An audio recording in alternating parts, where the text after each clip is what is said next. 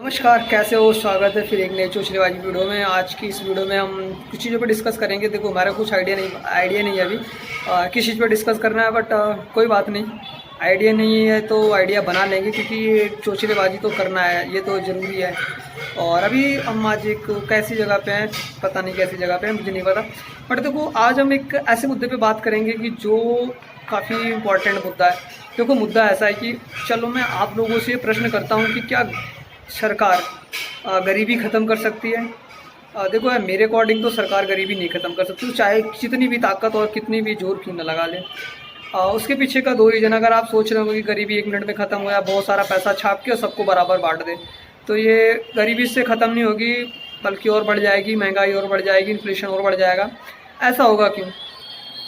अगर गवर्नमेंट चाहे तो सबको, उसके पास क्या है, प्रिंटिंग प्रेस है आरबीआई का, और प्रिंटिंग प्रेस से पैसा प्रिंट करे और खूब सारे लोगों को बांट दे।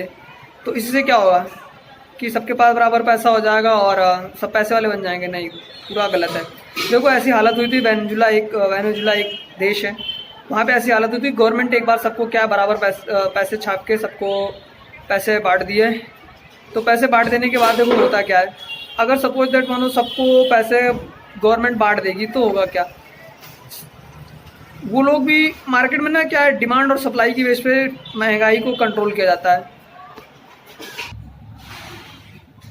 तो फिर हमारी चर्चा ये हो रही थी कि महंगाई को कैसे कंट्रोल। देखो क्या है ना, सब और डिमांड और सप्लाई के बेस पे इकोनॉमी ऐसे ही काम करती है। अगर किसी भी चीज़ का डिमांड ज़्यादा बढ़ जाएगा तो वो चीज़ें क्या हैं, ऑलरेडी महंगी हो जाएंगी। जैसे सपोज दैट मानो दूध है, दूध की अचानक से डिमांड बढ़ गई, तो दूध आज अगर 55-56 रुपये लीटर है, तो दूध का रेट ना पूरा एकदम रॉकेट बन जाएगा, वो 100 रुपये लीटर पहुंच जाएगा।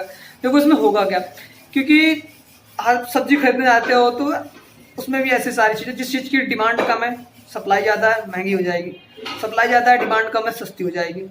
तो ऐसे ही प्रिंटिंग प्रेस या फिर नोट छापने का आइडिया अगर ऐसा नहीं हो सकता। देखो, अगर सबको बराबर पैसे बढ़ जाएंगे ना, तो हर बंदा फ्रिज खरीदने चला जाएगा, हर बंदा एसी खरीदने पहुंच जाएगा, हर बंदा बाइक खरीदने पहुंच जाएगा, हर बंदा कूलर खरीदने पहुंच जाएगा। तो क्या कूलर, एसी, फ्रिज, पंखा जो भी कुछ हो, एक लिमिटेड अमाउंट में मैन्युफैक्चर हो रहे हैं।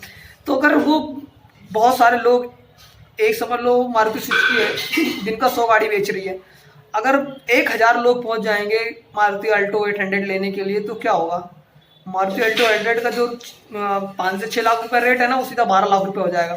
तो क्या होगा, डिमांड बढ़ गई, सप्लाई सेम है, महंगाई बढ़ गई।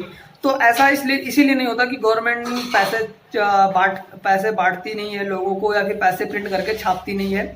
इसका भी एक मुझे आइडिया नहीं है, कुछ एक इकोनॉमी का इसमें एक रूल है कि इंडिया का जितना जीडीपी है या कुछ ऐसा है, उसके अकॉर्डिंग ही पैसे को छाप सकती है गवर्नमेंट, उससे ज़्यादा पैसे को नहीं छाप सकती।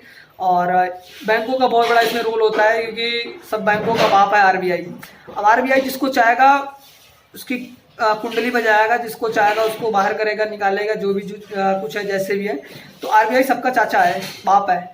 आरबीआई क्या करेगा, जैसे कोई बैंक है कुछ लोचा लफड़ा कर रही है, या फिर उसमें क्या होता है, एनपीओ होता है, एनपीओ घटा बढ़ा रही है। अगर आरबीआई को कोई अच्छी बैंक है जो अपने डिफॉल्ट्स को पब्लिक नहीं कर रही, या फिर बैंक को, आरबीआई को नहीं बता पा रही है, तो आरबीआई उसमें क्या करता है, सेंक्शन लगाता है, उसको नोटिस देता है कि ऐसे नहीं ऐसे चीज करो।